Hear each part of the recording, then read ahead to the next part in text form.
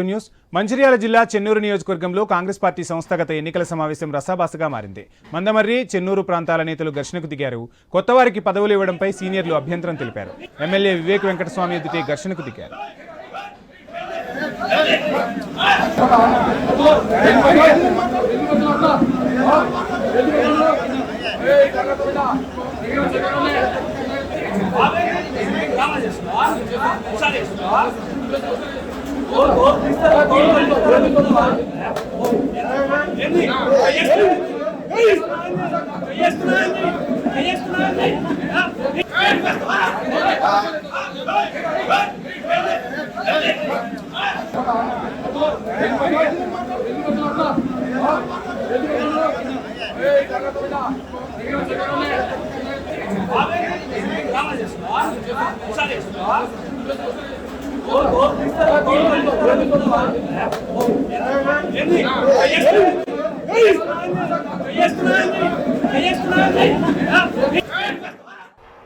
మంచిర్యాల జిల్లా చెన్నూరు నియోజకవర్గంలో కాంగ్రెస్ పార్టీ సంస్థాగత ఎన్నికల సమావేశం రసాభాసగా మారింది. ఇదే అంశానికి సంబంధించి ఫుల్ డీటెయిల్స్ మా ప్రతినిధి శ్రీనివాస్ అందిస్తారు. శ్రీనివాస్.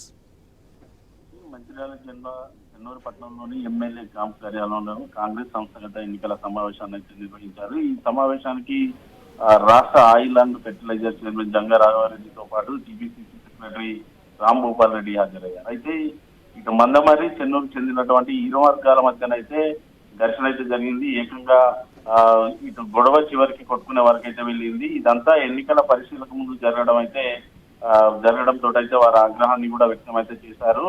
అయితే మండల బ్లాక్ డివిజన్ గ్రామ అధ్యక్షుల ఎన్నికల నామినేషన్ ప్రక్రియ కొనసాగాల్సి ఉంది. అయితే ఈ సమావేశంలో పిసిసి సభ్యుడు రఘునాథ్ రెడ్డితో పాటు మాజీ జెడ్పీ వైస్ చైర్మన్ మూలారెడ్డి వర్గానికి అయితే మధ్య నెలకొన్న వాగ్వివాదం చోటు చేసుకుంది. వీరిద్దరు ఒకరిపై ఒకరు తోసుకునే వరకు అయితే వెళ్ళింది. దీంతో పోలీసులు అయితే రంగప్రవేశం చేసి వారిని ఇరు వర్గాలను శాంతింపజేసే ప్రయత్నం అయితే చేశారు. దాదాపుగా ఉమ్మడి ఆదిలాబాద్ జిల్లా వ్యాప్తంగా నిర్వహిస్తున్నటువంటి కాంగ్రెస్ సంస్థాగత ఎన్నికల సమావేశాలన్నీ కూడా ఇటు సీనియర్లకి కొత్తగా వచ్చిన వారికి మధ్యనైతే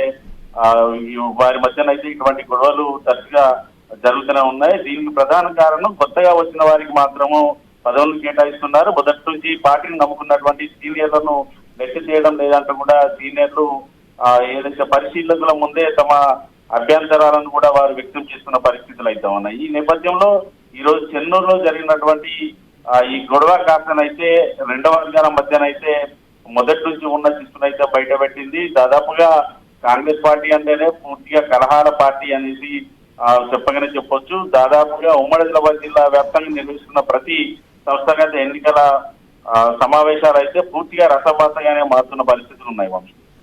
థ్యాంక్ యూ శ్రీనివాస్.